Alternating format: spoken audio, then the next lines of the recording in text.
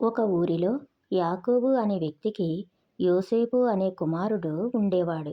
యోసేపును అతని తండ్రి చాలా ప్రేమించేవాడు. అందుకే అతని అన్నాదమ్ములు అతనిపై అసూయపడ్డారు. ఒకరోజు అతని అన్నలు కలిసి యోసేపును దూరంగా తీసుకువెళ్ళి అతన్ని బానిసగా అమ్మేశారు. తప్పు చెయ్యకపోయినా అతని జీవితం ఒక్కసారిగా చీకట్లోకి వెళ్ళిపోయింది. యోసేపు పరాయి దేశానికి వెళ్ళాడు.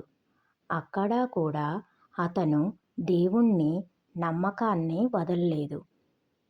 అప్పుడు దేవుడా, నేను ఏమీ తప్పు చెయ్యకపోయినా నా అన్నలు నన్ను బానిసగా అమ్మేశారు అని దేవుణ్ణి ఎంతగానో అడిగేవాడు.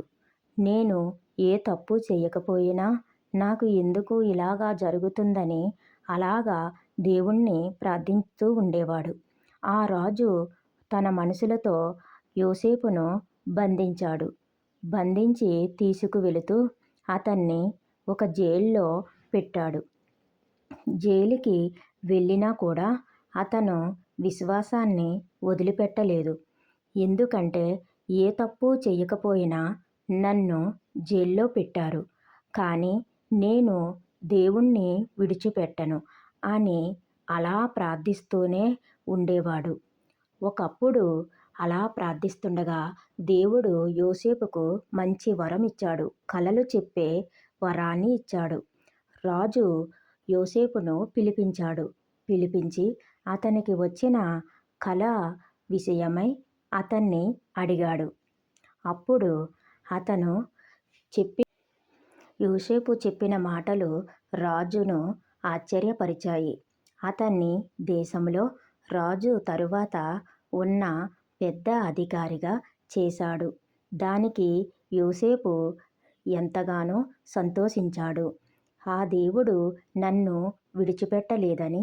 అలాగూ వెళుతుండగా కొన్ని సంవత్సరాల తరువాత అతన్ని అమ్మేసిన అన్నాదమ్ములే అతని ముందుకు వచ్చారు.